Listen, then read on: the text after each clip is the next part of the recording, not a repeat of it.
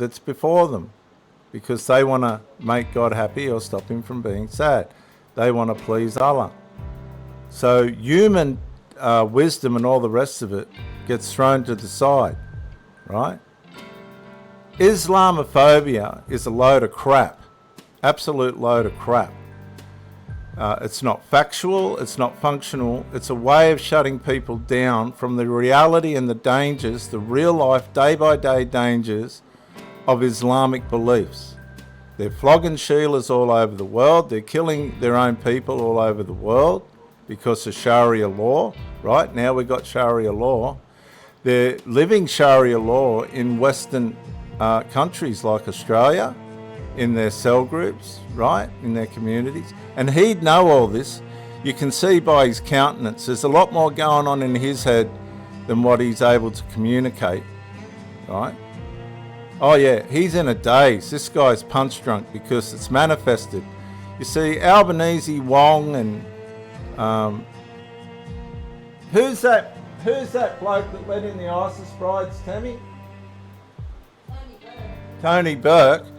They didn't think that the Muslims, the jihadists, would do this in Australia, right?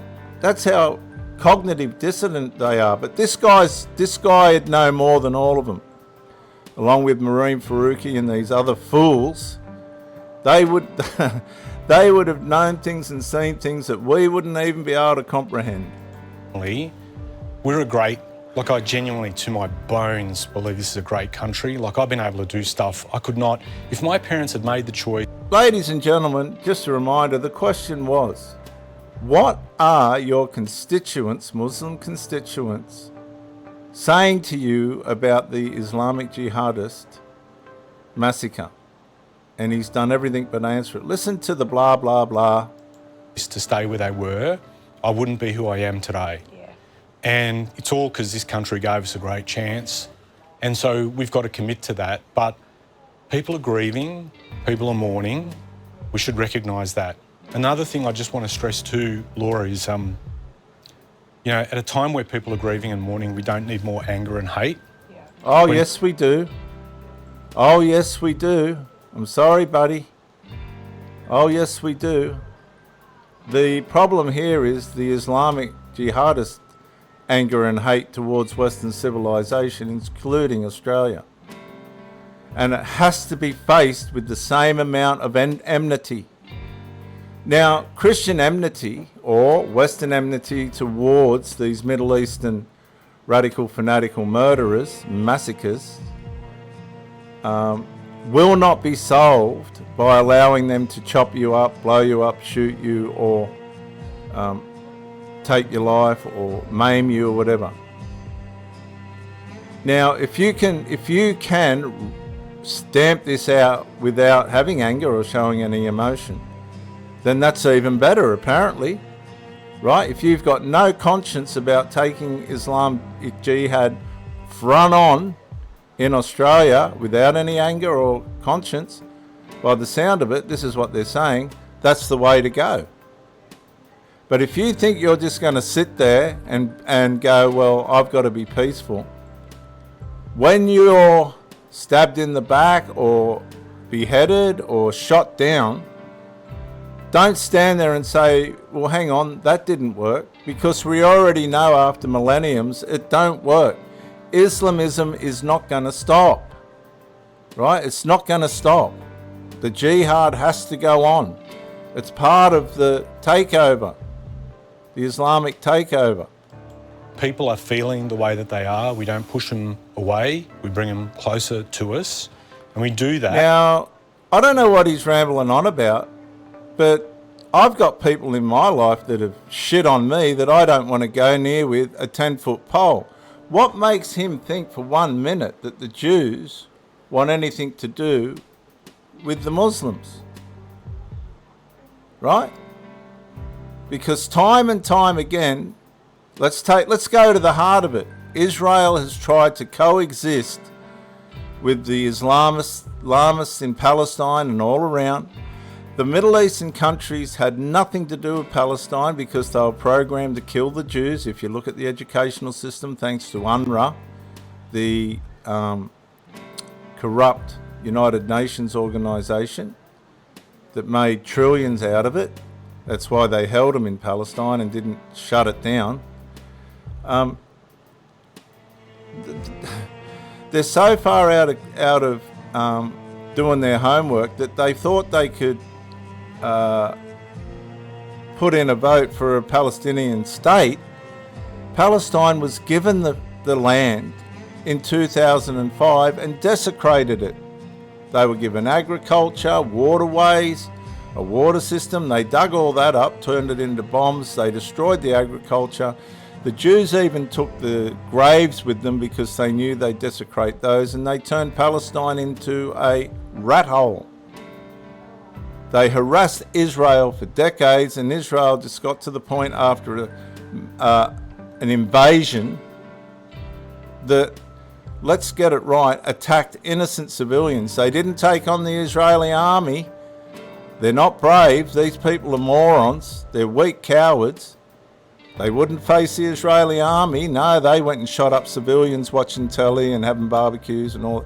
This is what they do, right? And he knows it. This is what they do.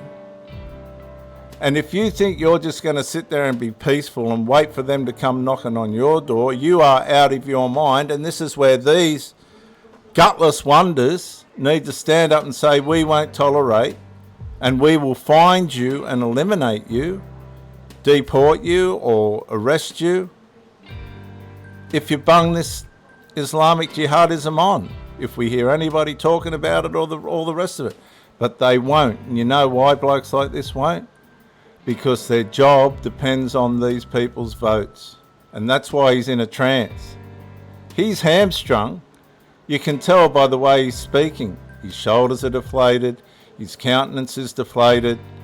This guy's in it up to his neck, and there's nothing he can do except talk suicidal empathy upon everyone. Don't listen to him, to try and make a case. For millenniums, Islam has tried to overtake civilizations, and it's failed. They talk about the Crusades. All the Crusades was to stop the massacres of the Islamists, and it took them hundreds of years to accomplish it. 200 million people were killed and slain apparently before the Crusades started by the Muslims, and that's going to continue. I don't think the Westerners understand how savage and brutal and how unaccepting the Islamist religion is, the Muslim religion is, in its full scriptorial context. Not in its watered down, we can cohabitate with the Westerners context. In its full manifest scriptural context, the Muslim has no other choice except to take out the infidels and those who will not align with their religion. That's it. That's not Islamophobia. I can tell you as a professional theologist, that's fact, whether you like it or not.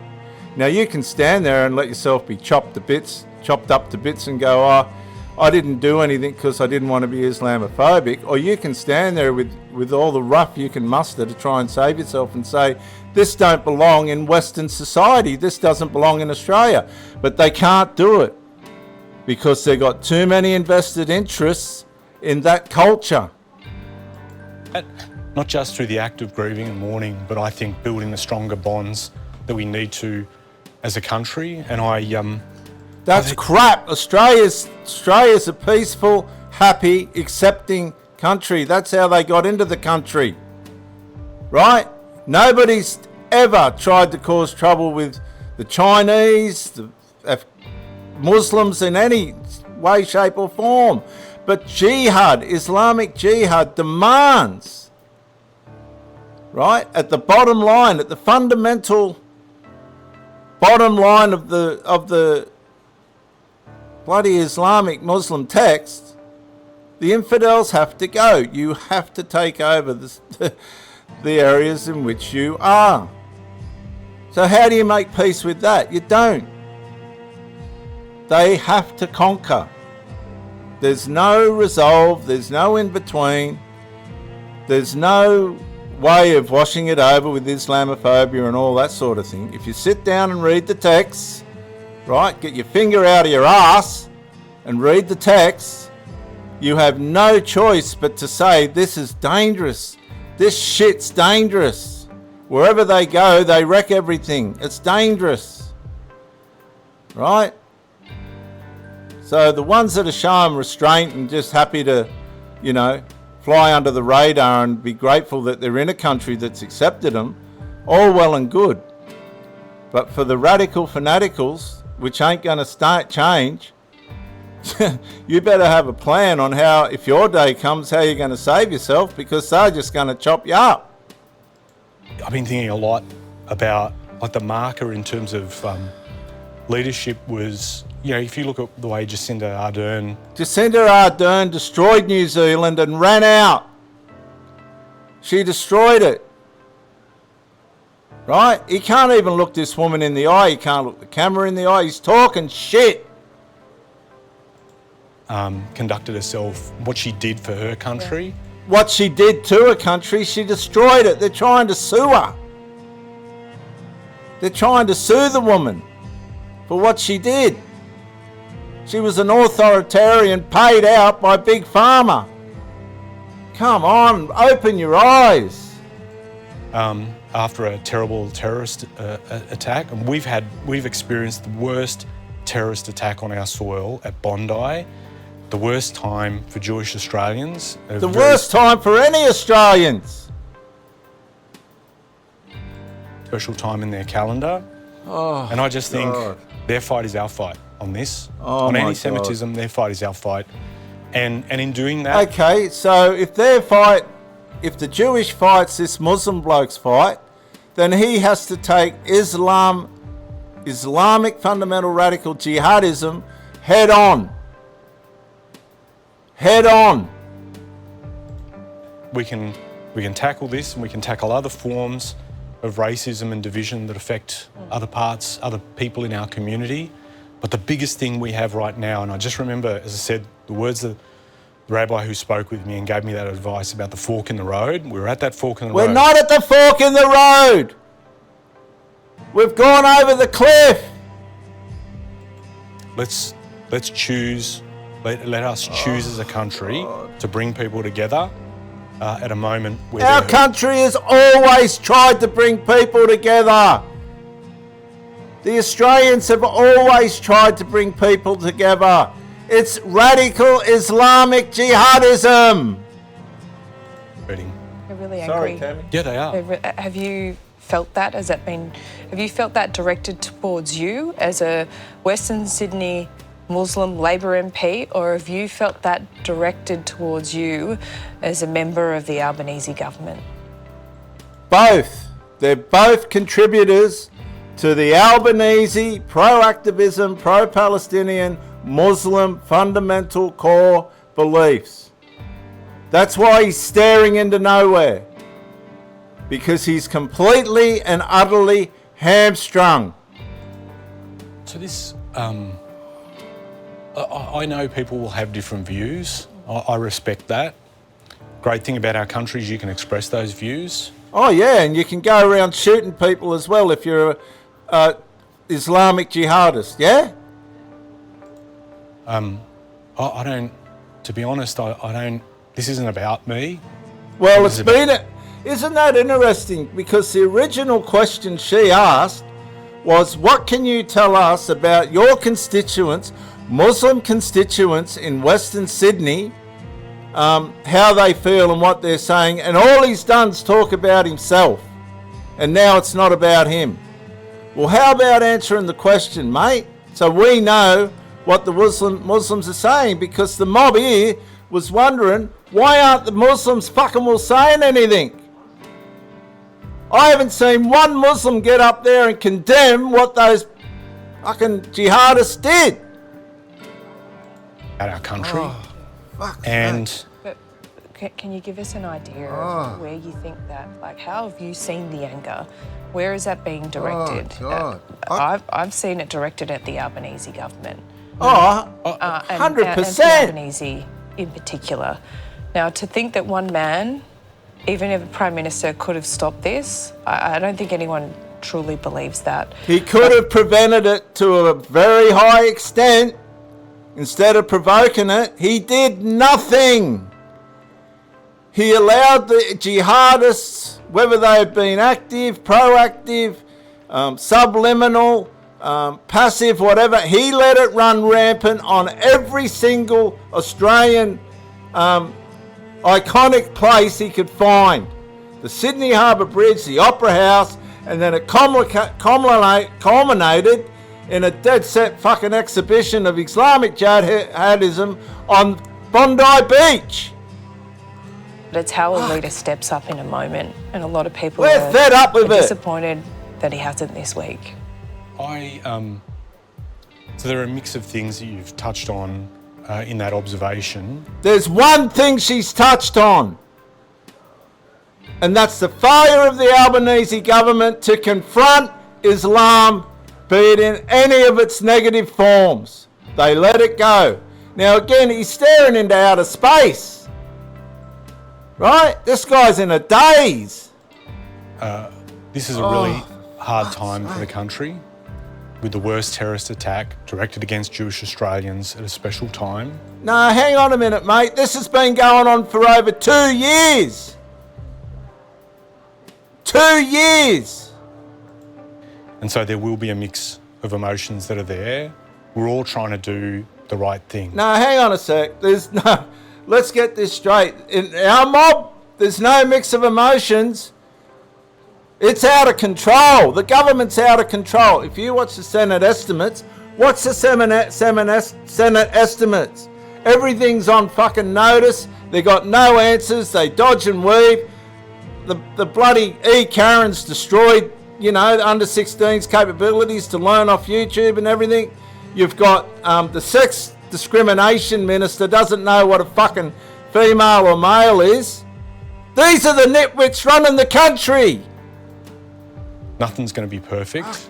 We're just trying to bring everyone together and for us to move forward on this issue, in particular where people have felt there's anxiety, there's fear. No, he's not a fucking psychologist. The issue is Islamic jihadism in Australia and its manifestation and the way in which the Albanese government completely ignored for 2 years that it was coming.